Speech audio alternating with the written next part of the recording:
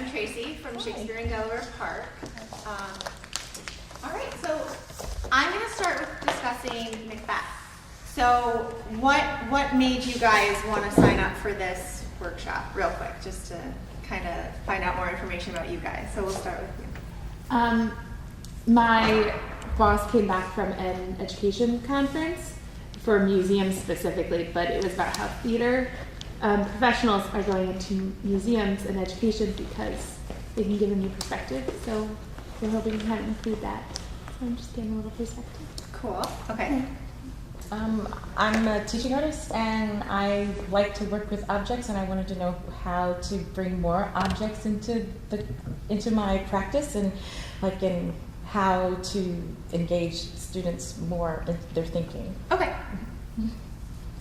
A community theater geek, and with a new museum, explore more. The Children's Museum, we may or may not have some theater space. Mm-hmm. So if we don't, it's also good to know what else we can. And I teach drama and music from pre-K all the way to 8th grade. So, Oh, cool. What school? St. Mary's in Swarmville. Okay. Very cool. Cool. Well, what I'm doing today is I'm kind of expanding, and you kind of heard a little bit about this in the first movement exercise, what I'm doing with this. So I first kind of dove into this exercise when I taught last spring, and I found it really, really effective because they were discussing Hamlet and Macbeth. Two very similar but yet extremely unique plays. So how familiar are you guys with Macbeth? Would you say pretty? I'm pretty familiar. Yeah, okay, good. Because we're kind of glossing over some of the textual work. So it's good that I can kind of assume that you guys will know a little bit more about it so we can move forward. So what I'm going to start with here is we've all heard that Shakespeare is supposed to be read aloud and not just read in a classroom and everything like that. But as an actor, I come first as an actor and then a teaching artist in my experience. And so I believe that it needs to be ingrained in the body as well. And so it needs to be in the voice, in the language, and then it needs to be in the body. And from there, children can then go forward and do with it and perform. And that's our objective, is it not? So what I have today is a box of props, so to speak. So what I want to know is what kind of props from the show do you guys think are important? And does everyone know what I mean when I say props? Because a lot of people don't, so just a general question. Yes, okay. Sorry, you're all just nodding your head. Okay, so what kind of props do you think are essential in trying to understand the text, and why might it be important for what character might the prop that you want to discuss, who would that be associated with? And why would that character then think that that is an important piece? So, the cauldrons and the witches. Right. Mm-hmm. That's important because that's where they start their spells, and they meet and they talk about the issues and why they want to use the spells to change or to redirect what is happening in the story. Right. So how does that dive into the theme for the play? Like, what would be a theme that would be triggered because of the witches or because of the cauldron? Mixing mixing things up, changing things, adding, making a recipe for change. So also, we can, I love that, because it's true. And we can also say a theme of magic and Yes. darkness. Yes. So what would be a prop that you would maybe say? I don't know, it's been a while. No, that's okay. I think freshman year high school, maybe. Okay. Do you guys have any Weapons. Yeah. weapons? What kind of weapons? Depends on how you want to set it. Because if you do a modern day, you could always do a gun or anything like that. But weapons used for the murders and for the plotting, and poison too for that Right. aspect of it. So I'm going to throw at you a dagger. Okay. Why might a dagger be an important piece? Daggers are more of a concealed weapon versus a sword, which is a more outright and blunt one, and with Macbeth's betrayal of I think it was Malcolm, or whoever it was. A concealed weapon symbolizes it more than a blunt force longsword. And also, we're going to dive into it, but there's also his famous soliloquy about, is this a dagger before me?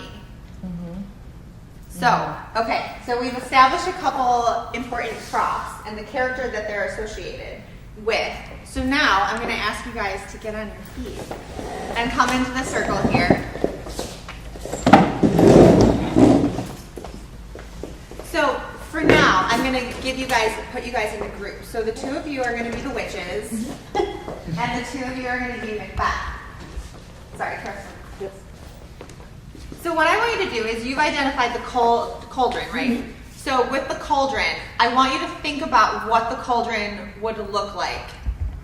Physically, the colors, the shapes, how it's used, okay? And the same with the dagger, the shape of whatever dagger you have in your head. It could be a long one, it could be a tiny little guy, whatever you want to use. So again, the feel of it, the texture, the shapes, what shapes make up the dagger, okay? So now I want to do what Joy would have done and think about these objects, and I want you to move or form your body like the shape of your object. Okay. So whatever that would it be a really low cauldron to the ground? Would it be a big boiling cauldron? Would it, whatever you want it to look like?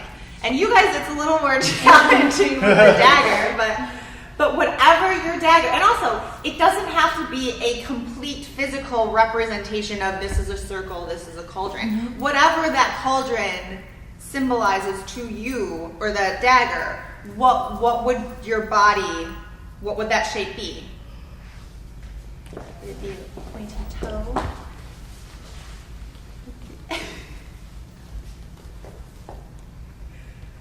Okay, so with the daggers, stay in these poses just for a couple of seconds if you can. Walk me through the shapes that you guys have created. For me, it goes back to the whole secrecy, because of the whole heart of Macbeth is betrayal, and it's a secret weapon, so it's more down on the ground, crawling into the chamber to murder. Right. Okay. The hills, I envision it more of like a curved kind of blade, so I'm upside down, but. Oh, I like that. I love how you're like this. So you have that whole triangle going on. And our cauldron, a really thick, heavy, like cast iron cauldron, very big for 3 witches to stir in. Right. Warm and full. And sturdy. I like that. I like the sturdy. I like that. I think it probably has to be really big, but there has to be some kind of movement coming off of it. Like there's something boiling off. The steam. Yes. Yeah. Cool. I like. Okay. Very good. Very good. Now you can relax. So think about the students that you've worked with. How many times are you, even if it's not Shakespeare per se, but I'm just going to use Shakespeare, when you're like, okay, I want someone to read out loud. I want you to read this text. What are their responses? I know, right? They dodge your eyes. If you don't make eye contact, they won't see me. They won't call on me.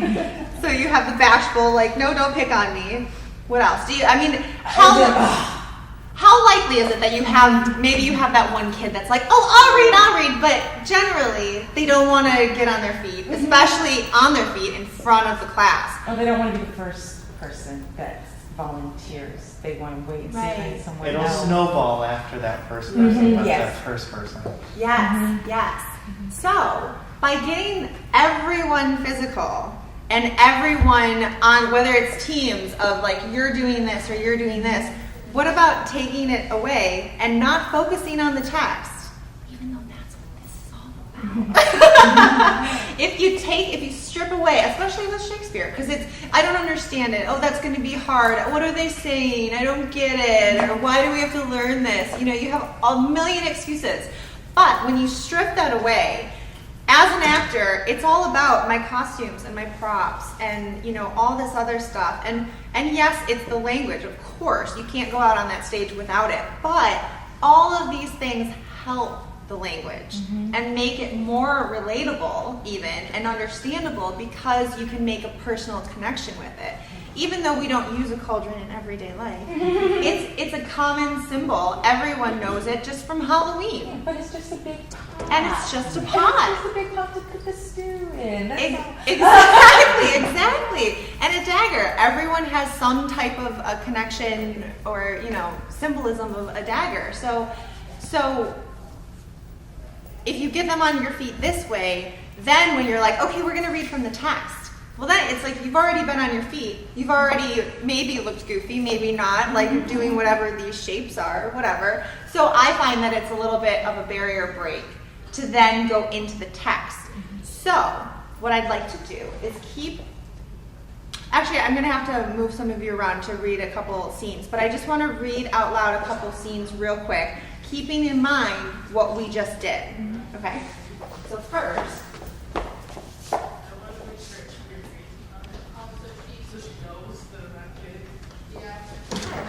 I'm going to give this one to you. And I'm going to follow along, and you don't have to read the whole thing right now. I just want to go through it a little bit. And you guys can just kind of relax. We're still going to be on our feet, but you can please feel free to grab a chair or lean on a table if you want. Actually, let's do that. Let's grab Here, I'll take this one.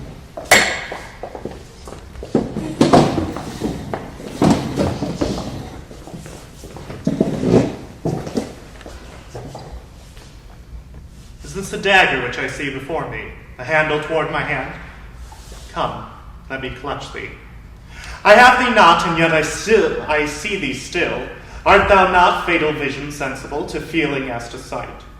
Or art thou but a dagger of the mind, a false creation, proceeding from the heat-oppressed brain? I see thee yet in form as palpable as this which now I draw. Thou marshallest me the way that I was going, and such an instrument I was to use. Mine eyes are made the fools o' the other senses, or else worth all the rest. I see thee still, and on thy blade and dungeon gouts of blood, which was not so before. There's no such thing.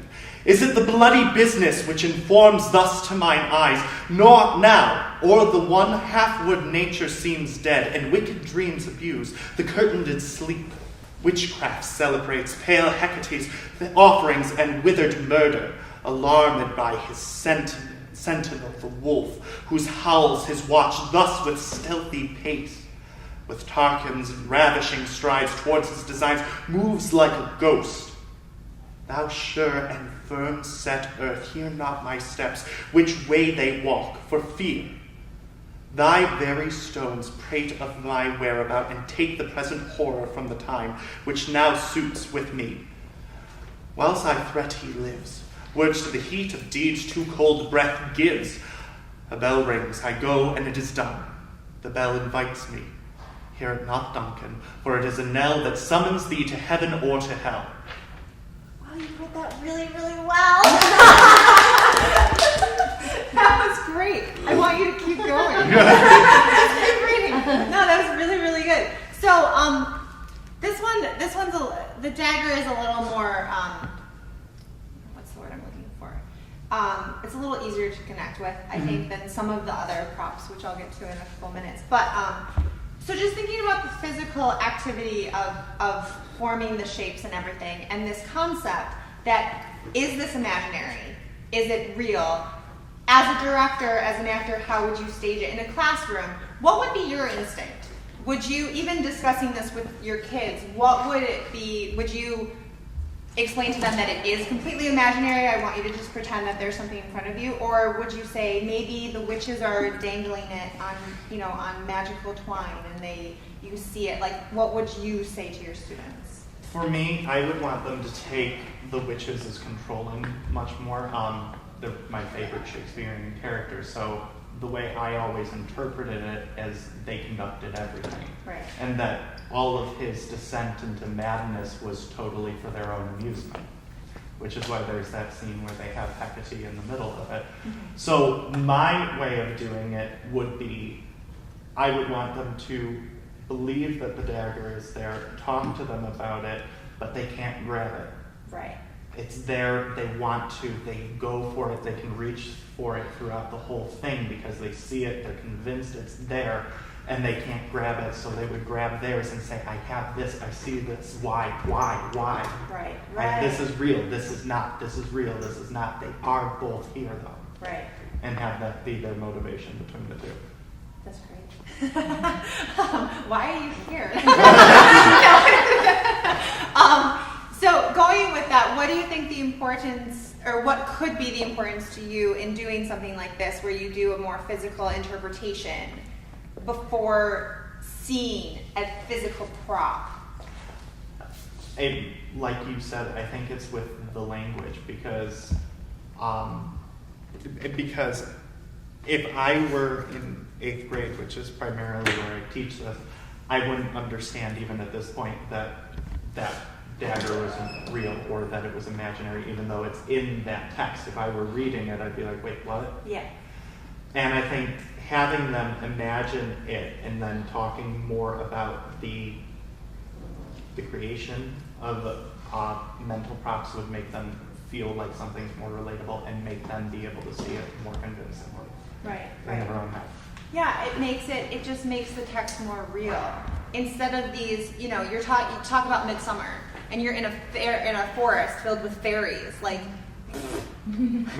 yes, it's fun to learn and like you can imagine, but like a lot of kids are like, this is just crazy. Like, what are you talking about? I can't relate to that. I don't know fairies. Fairies aren't real. What are you talking about? Like, and it builds and builds and builds. But when you break this down and you do that physical energy, to me, when I think about the structure of the blade and the sharp and the jagged, I like how you had that jagged edge. And suddenly you know the motive of Lady M and him, and he's going mental, and suddenly it's that, it's hard to explain, but it's that, it's being mesmerized by your own prop, imaginary or not.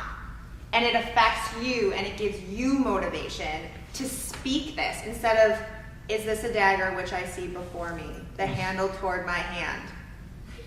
That's not fun for them. It's not fun for you. So when you give them that motivation and they can internalize it and they know it from their own experience, even if you're like, just think about your kitchen knife that your mom uses to cut bread. Even if you make that personal connection with this, you have it. And that's what it's about. It's finding the personal connection, which is a tool to break down the text.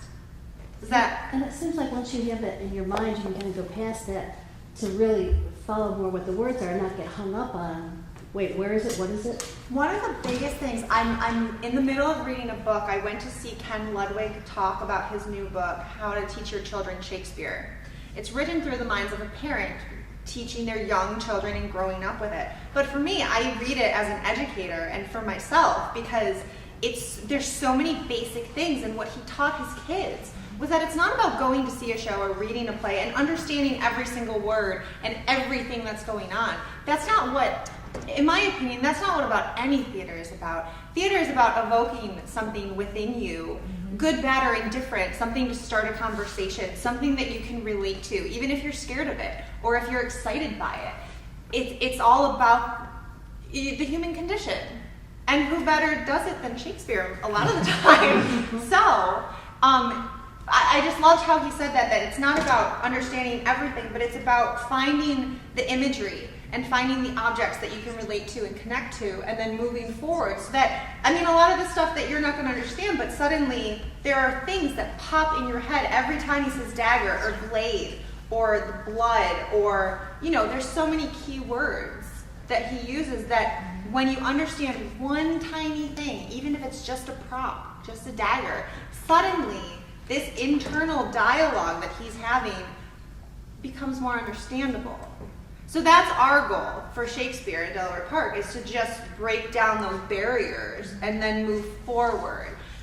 So continuing with props, I'm going to give you guys, girls. And again, this is a long scene, so we're probably not going to read the whole thing, but I just want to go through a couple lines of the witches. And so let's just do 1, 2, and third witch. Thrice the brinded cat hath mewed. Thrice and once the hedge pig whined. Heavier cries, 'tis time, 'tis time. Round about the cauldron go, and the poisoned entrails throw. Toad, that under cold stone days and nights has 31 sweltered venom, sleeping got. Boil thou first I the charmed pot. Double, double, toil and trouble, fire burn and cauldron bubble. Fillet of a fenny snake, in the cauldron boil and bake. Eye of newt and toe of frog, wool of bat and tongue of dog. Adder's fork and blind worm sting, lizard's leg and owlet's wing. For a charm of powerful trouble, like a hell broth, boil and bubble. Double, Double, double, toil and trouble, fire burn and cauldron bubble. What is't you do? Oh, sorry, there's Oh, a back. Oh, there. Oh, It's a second. Oh, scale of dragon, tooth of wolf, witch's mummy, marm and cult. Of the raven did salt sea sharp, root of hemlock digged in the dark. Liver of, I don't know what that is, Jew, gall of goat, slipper of ye, silver in the moon's eclipse, nose of Turk and tart, the Tartar's lips, finger of birth, struggling babe, ditch served by dark drab, sorry. These are brutal. No, Make the gruel thick and slab, add something, a tiger's cauldron, for the ingredients of our cauldron. Double, double, toil and trouble, fire burn and cauldron bubble. okay, I'm gonna pause you here. So thinking about what they said about the cauldron, what are some things, just what comes to your head just reading this? Soup. Soup. Yes, magic soup. Bubbles Yes. Mm-hmm. and Hocus schemes. Yeah. What? I think with every additive, it would change. Like you'd see a change happen throughout. Yeah. It reminds me when I was little and we would just like mix up crap in the sink. Oh, yes. And you just like pour stuff in and wonder, like you wonder what it smelled like or tasted like, and you weren't going to touch it or taste it, but just for fun, it'd be like, oh, now what do you put in there? Right. So how, what do you think helps this one more? Seeing the physical object or going through a mental revisiting of imagery, a mental imagery of what the object is, the cauldron? Oh, that's okay. I was just gonna say, I think probably the mental imagery, just because I went to an exhibit about poison, and they had like a little setup of the scene, but it just came off to like Halloween decoration-y. It Okay. didn't really capture. I mean, maybe this was a really good prop, It didn't capture the what? like the magic and the atmosphere. Right. Well, listening to it now, and please correct me if I'm wrong, but there wasn't a lot of super emotional, you guys were just reading it, which is what I asked you to do. But the way that he wrote is that every time all three of you discuss and come in with double, double, toil and trouble, it naturally builds. There was a natural, your volumes changed, your rhythm changed. The way that you were relating to each other, even though you weren't in a circle making eye contact, it changed. Your physicality changed. So it's really, it can just be read in a classroom because the nature of the rhythm of the language, everything is there for you. So that's something else to keep in mind with kids, is that it's not, I want you to read this a certain way. Just read it, and it will come to you. So now what I want to do is I have physical props. And now that there's one more of you, do you want to participate? Are Yeah, you sure. I'm also the timekeeper, Yes. but I can do both. Awesome. So now, So, because you said cauldron first, I'm going to give you the cauldron. I was when I was reading it, I think it changes when if you start walking around the cauldron and actually throwing things in, or if the witches were holding hands as they're walking, because then you can actually feel each other's energy, and the movement sort of increases as you're and it's like more and Which more we're going to building. get to. So you hang on to that. Do you want to put it on the chair? So, I'm going to give you the dagger. If you don't mind, if you want to change props, that's fine. And then, now, I know that you said you're not too familiar, but I'm going to give you the Okay. candle. Okay. Okay. I'm going to give you the letter. Cool. And would you like a goblet, or would you like the bottom of a broomstick? Oh, God love All right. Sorry, shock. Okay. So now what I want you to do is I'm going to hand out a piece of paper for you guys. And does everyone have a pen to work with? Because I have extra pens and pencils too.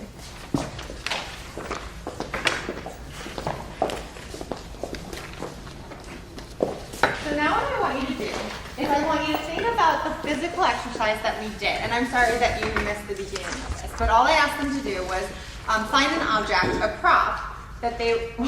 What's wrong? Oh, it looks cool. Oh. Okay. I was like, I thought there was something in it or something.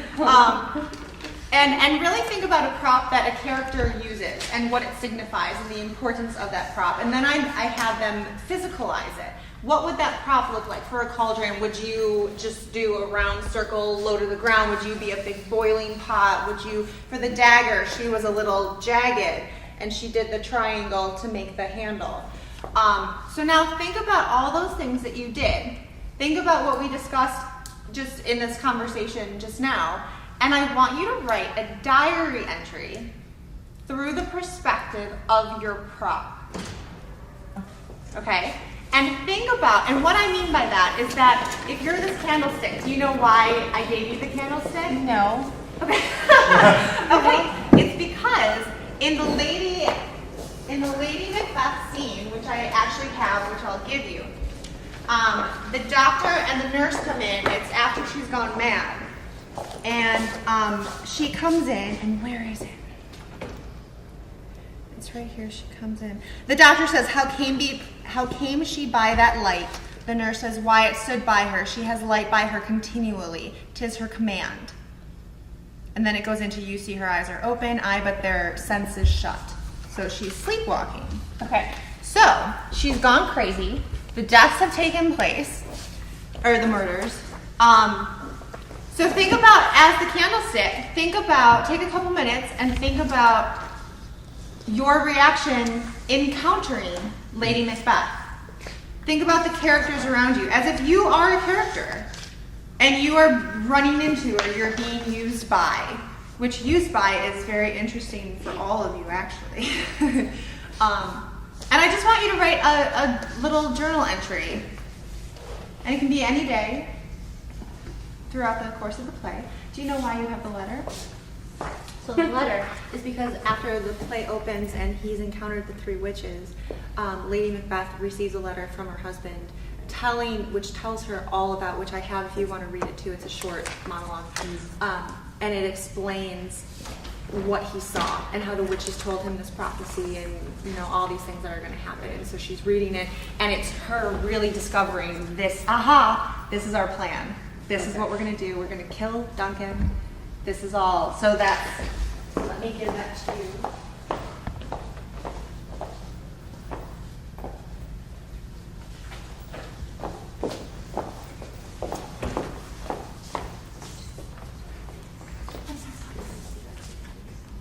Yes, this is the Shakespeare and Delaware Park workshop. Okay. Is there a registration? Yes, actually.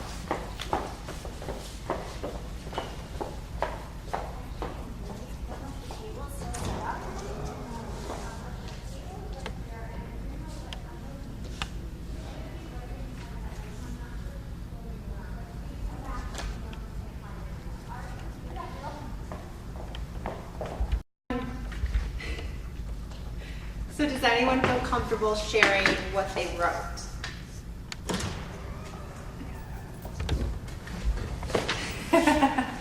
I'm a god. I am impartial in my mission. I hold a full measure of life's end or a tiny drop of sensation of the end to come. My contents have changed in taste and purpose, but always lead to woman's undoing.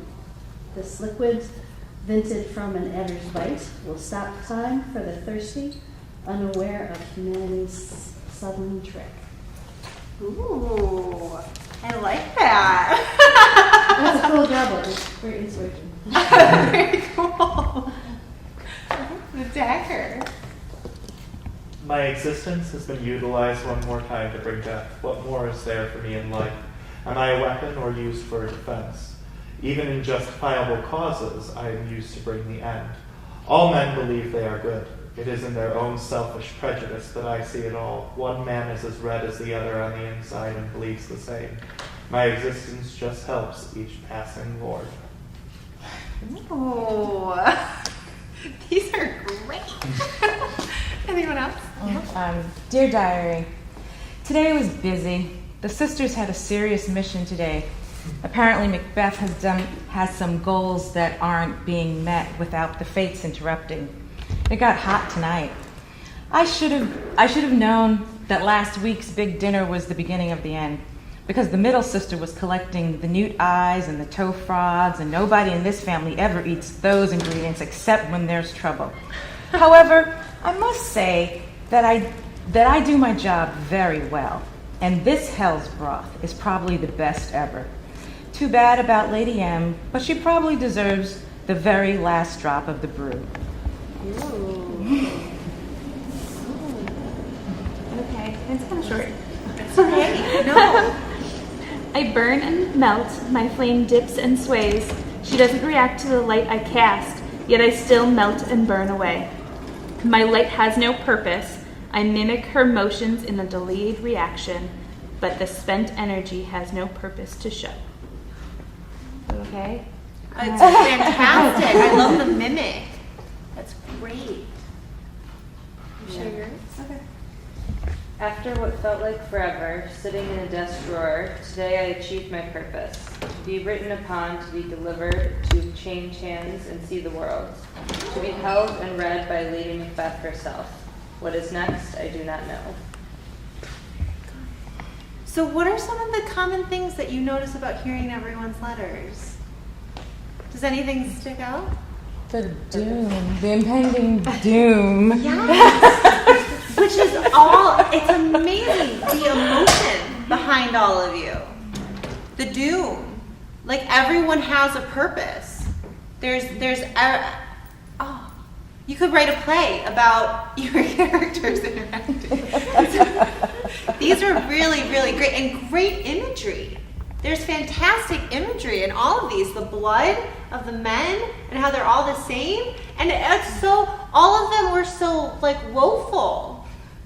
But really good. Now what I want to do is just a shorter amount of time. But what I'd like to do is now flip that around and write a diary entry of your character and your prop.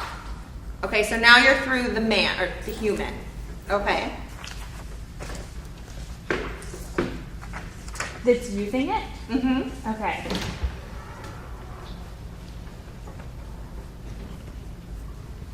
And yours is great because you could pick anyone. You could pick the guard that was on duty guarding Duncan that got drunk off his butt, and that could be his. Yes, nothing. You could even be Macbeth writing the letter, or Lady Young receiving the letter. There's so many that. So let's start with you. And is that okay? We'll just go around. To bring death. Is it my own selfish gain? Dagger lays ready in my possession. Cold steel shining in the moonlight. It has been used countless times. What more to ensure a great king?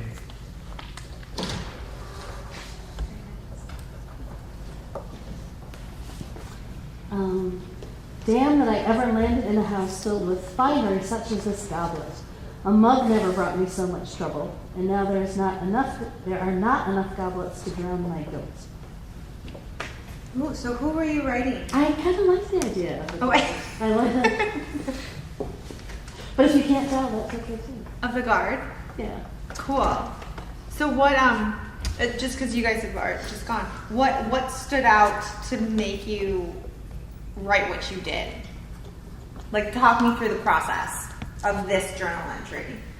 For me, it would be a contemplation because there was a whole lot of doubt, and Lady Macbeth was the one who actually pushed Macbeth finally over to do it. But to me, if you're going to do something like that, you're going to look at whatever object you have to symbolize it and actually contemplate it and really fight with yourself over it. But with him, he's killed so many times. What's one more? I mean, a life is a life at that point. Right. Right. Very good. I was thinking of the guard as someone who's probably used to drinking. Right. But being seduced by like fancier wine or nicer things or kind of coveting what's around him, it's kind of like really Right. drove him into something that wouldn't have happened otherwise, hopefully.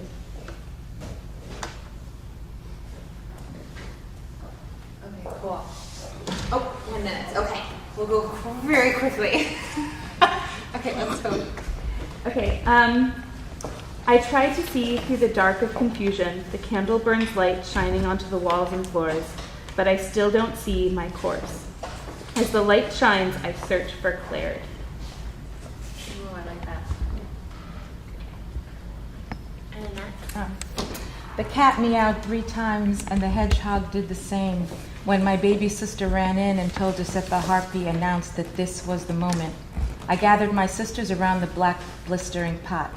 Everything comes within its season, and now is the time for change. No matter what dreams and wishes that these mortals have, the fate's plans must be met. And even though we 3 be blind, we have been given the power of foresight and this journey's double vision. The future is paved with blood. Okay. At last the time has come for my plans to be set in motion. Pen to paper, I bear my intentions, my movements, my darkest desires in this final hour. With the wax seal, I enclose it all. Ooh. So what stood out to you guys this time around? How was it different from the object's perspective? It seemed a more direct understanding of like the purpose of what was going on. Like for me, I know that the pot was simply just like accepting what was like, what's going on, you know, like Right. being used as a means to an end. Right. And then the witches know what the end should be. Right. More specifically, you know. So Right. it's more like, you know, the cauldron sort of overheard when she's thinking, but Right. the witches know. Right, Yeah. right. So that as an actor, even getting students on their feet to act this out and read through it, to me, it shows the importance of having props for them to see, for them to physicalize, for them to play with, because of what you just said. As the reader, as the character, you know your motives, or you have more of an understanding of that process as a human. But then once you have this object, it's what you were saying, when you're going around it, it builds the meaning. If you are saying her monologues of the outdam spot, and you have this candle in your hand, suddenly, as I've seen many interpretations where Lady Macbeth is literally going like this, and she's like out, and it drives me nuts. That's a personal preference. That's just me. I don't like when they're like, ooh, like really going at it. To me, I just saw Macbeth in New York with Kenneth Branagh, and when she, Kingsley, I'm blanking on her first name, but when she did it, it was so mesmerizing because she was on this ginormous scaffold thing with the candle, and it was literally like this complete sleepwalking, and she was like wringing her hands, but it was so delicate, but you saw every spot. And I was like 50 yards away, and I was like, oh my God. And it was mesmerizing. So so suddenly, if a student has that candle in their hand, they can't wring their hands. Okay, it's not about the motion. It's about the object and the surrounding and their mental state. It's the human condition that it's now about. So that prop, it's going to help. Having props helps. And words that stood out to me when you guys were doing these, even with the object and then as the character, enclosed, dark, covet, seduce, can't see, and clarity, fate's plan, blind, blood, plans, again, and at last. That sums up Macbeth. right there, just from the objects, just from your characters perceiving their objects, their props. So I think this is a really important exercise for any text, even. I mean, you could be reading something in history and bring a prop in that relates to your subject matter. So even in a museum, having that artifact, I think it makes all the difference to make it more relatable and accessible.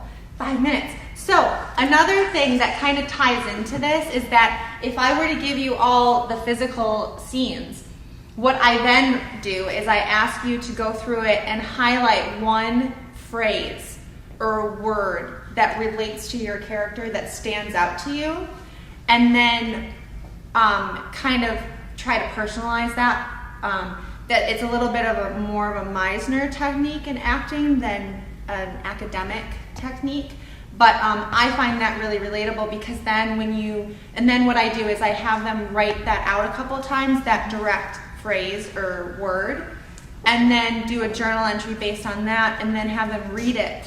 And because they've internalized that one sentence and the meaning behind it to them, it's amazing to hear them then go back and reread the text out loud, because the whole, like we did with the double toil and trouble, it builds because there's that personal connection. So like I said, we at Shakespeare, we just love trying to make it more accessible and finding different ways to get kids on their feet. So now if we had more time, I would have you reread the scenes that you read using the props and having them and being with them, because it affects it. It'll change how you do it than how you first read it. So that's the lesson. Thank you. So if anyone has any questions or anything, I have brochures if you want to take any brochures back for our education program, and I have cards too. So yeah. So thank you very much. Thank you. Thank you. That's so good. Validation test. Oh yeah. And also, I'm just going to ask if anyone is willing to let me keep their journal pages. Just for my record, it's not, it's just good for me to see. It's also my own evaluation to see how you guys translate things. So I appreciate it. I really do. Thank you. They're very interesting. Thank you. I did Macbeth with Eileen Dugan. I was going to ask you, were you just in it this last time in 2010? Oh yeah, Or, that's what it okay, was. that's just before I started working. Oh, that was so Yes, much I was fun. around that summer, but I wasn't involved in that production. That was that was just That was great. A fun group of women to work. And please remind me, I'm sorry I don't remember, who were you? Just General Stewart. Okay. So I got a nice little moment at the end with my sword. Yes. That Wonderful. was lots of fun. We still have so many people talk about it. Oh, that's just so so many great. people in positive ways. I mean, people just loved it. And next summer, I don't know if you know, but we're doing an all-male of 12th night. Oh, that's Which we've never done an all-male cast. So it'll be interesting for those people that did see Macbeth in 2010 to then come back and see this, and just the differences and similarities of all men and all women. And it's really, really wonderful.